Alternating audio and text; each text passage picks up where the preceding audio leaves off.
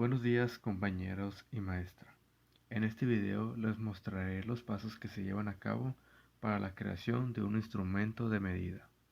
Sin más que decir, continuamos. Antes que nada, ¿qué es la medición?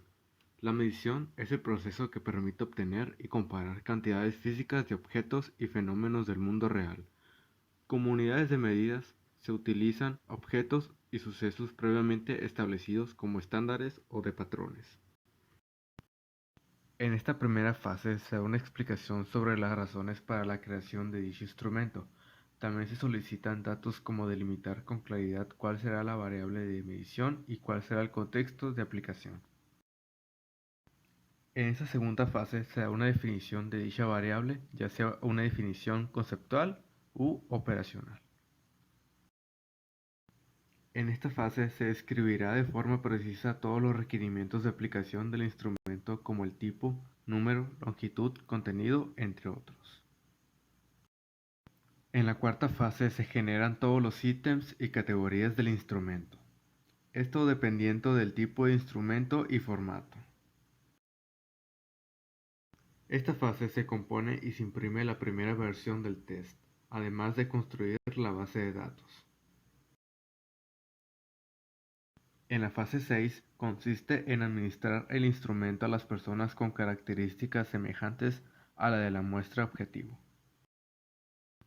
En la fase 7, el seleccionar otros instrumentos de evaluación nos permitirá recoger evidencia a favor de la validez de las puntuaciones de los participantes. En la fase 8 se recolectan los resultados de la prueba para así calcular la confiabilidad inicial y final de la prueba. En esta última fase, con base a los resultados de la prueba piloto, el instrumento tendrá que ser modificado y mejorado para su finalización.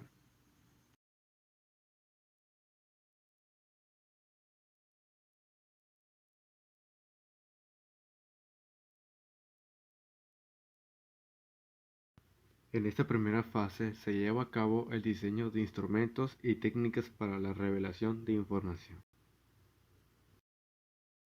En esta segunda fase se organizan situaciones puntuales. Un ejemplo de ellas sería una exposición oral, en equipo o un debate.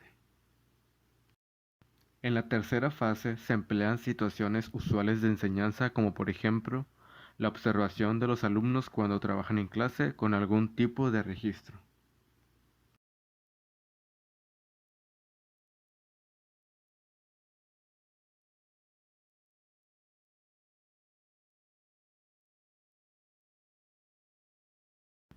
En la primera fase se da una descripción de la actitud o variable que se va a medir.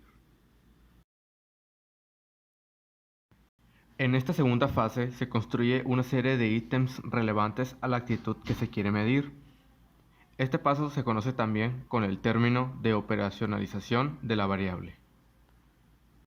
En la fase 3 se da una administración de los ítems a una muestra de sujetos que van a actuar como jueces, para que les asignen puntajes según su sentido positivo o negativo.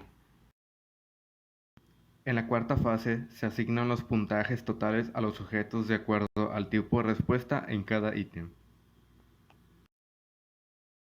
En la quinta fase se aplica la escala provisoria a una muestra apropiada. Este es el cálculo de los puntajes escalares individuales. En la sexta fase se analizan los ítems utilizados para eliminar los que resulten inadecuados.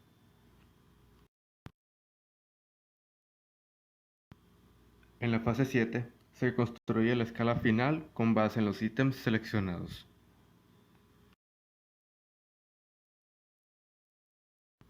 En la octava fase se hace una categorización jerárquica de la escala.